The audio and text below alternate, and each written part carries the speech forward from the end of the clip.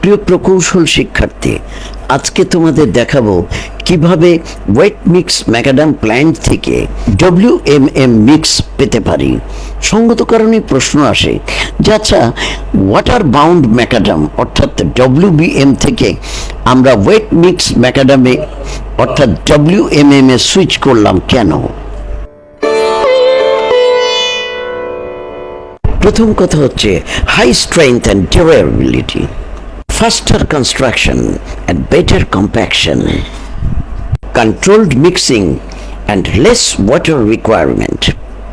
Controlled mixing এর ফলে better conformity এবং ইউনিফর্মিটি ধরে রাখা সম্ভব।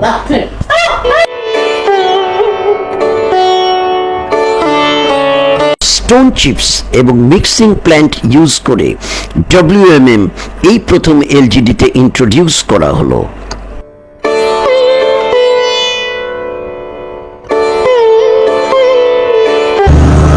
এর আগে WMM এর কাজ করছো? কাজ করছি। সেটা কি প্ল্যান দিয়ে করছো? না, প্ল্যান দিয়ে করি।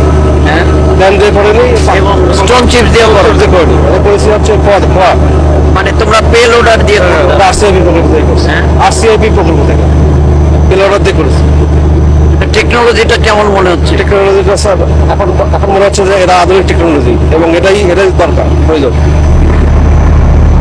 যাক, থ্যাংক ইউ, কাজ চালায় যাও। প্রিয় প্রকৌশলী, তোমরা জেনে আশ্চর্য হবে যে এতে সিভিয়ার 105-6% এমনকি 120% পর্যন্ত পাওয়া যাচ্ছে। সিভিয়ার আপনি এই যে যখন লে করার পরে ওই লেয়ারের কম্প্যাকশন কত পার্সেন্ট পাইছেন? 106% স্যার। 106%। আর ইয়েতে কত পাইছেন ডিসিপিতে? ডিসিপিটা স্যার 100 কভার হয়ে গেছে স্যার। এমন অবস্থা স্যার 105, 107 এরকম অবস্থা স্যার।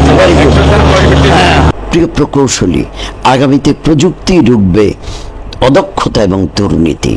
জয় বাংলা, জয় বঙ্গবন্ধু।